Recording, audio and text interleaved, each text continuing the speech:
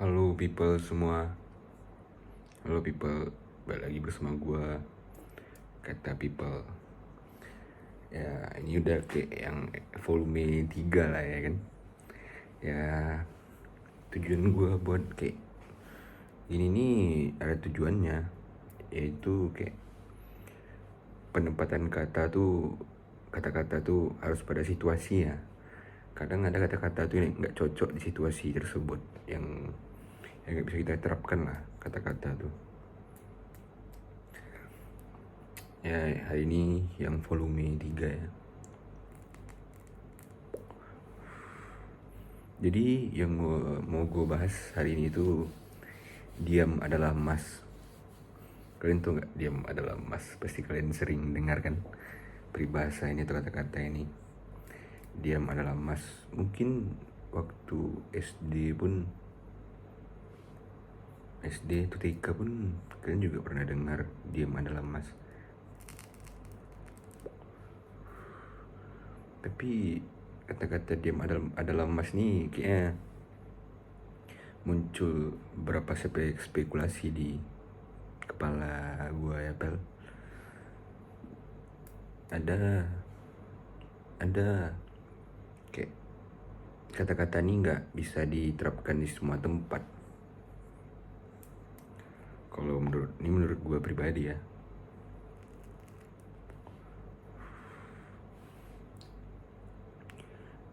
Terus ya kalau kita kayak lagi gimana ya, diam adalah emas nih, menurut gue hanya di beberapa situasi aja sih yang cocok kalau menurut gue.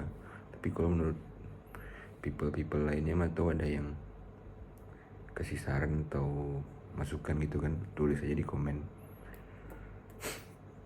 Diam adalah emas ini mungkin cocoknya waktu kita lagi belajar atau kita mendengar sebuah pengumuman penting atau ya gitu paling. Kayak dalam hal kayak itu paling, atau kita ingin kayak mencapai sebuah proses, itu diam adalah emas tuh menurut gue bagus sekali penempatan kata-katanya. Misalnya gitu lagi mau ada proses gitu, ada tujuan kan ya, nggak perlu kita ceritain atau apa gitu. Terus saat kita belajar, diam adalah emas tuh penting kali menurut gue, karena diam adalah emas tuh dalam belajar tuh emang harus dilakukan. Tapi nggak bisa juga diterapkan diam adalah emas saat belajar kan, ada spekulasi yang muncul gitu. Karena kalau kita nggak ngerti kan ya harus bertanya.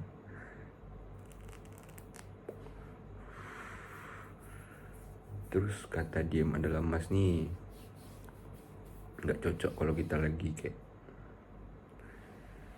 diskusi itu emang nggak bisa tuh diam adalah emas tuh.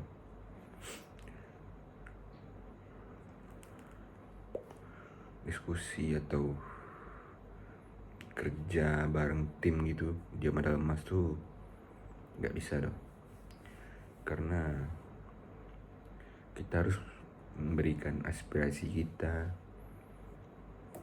Tapi kalau kayak misalnya rekan tim atau rekan kerja kita memberikan solusi atau arahan, ya harus diterapkan sih diam adalah emas nih, karena ya harus mendengarkan saat diskusi itu.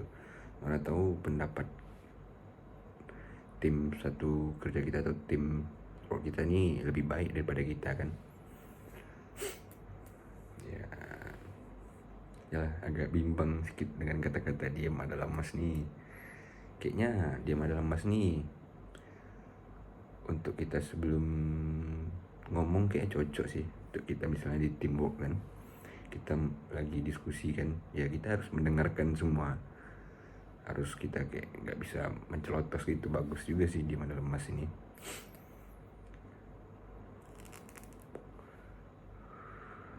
Diam adalah emas nih kayaknya harus ada tahapan selanjutnya. Gak bisa kalian kayak terapkan gitu langsung, harus ada pergerakan selanjutnya lah kalau menurut gue. Kalau di kehidupan bersosialisasi, apalagi kayak kita bekerja kan.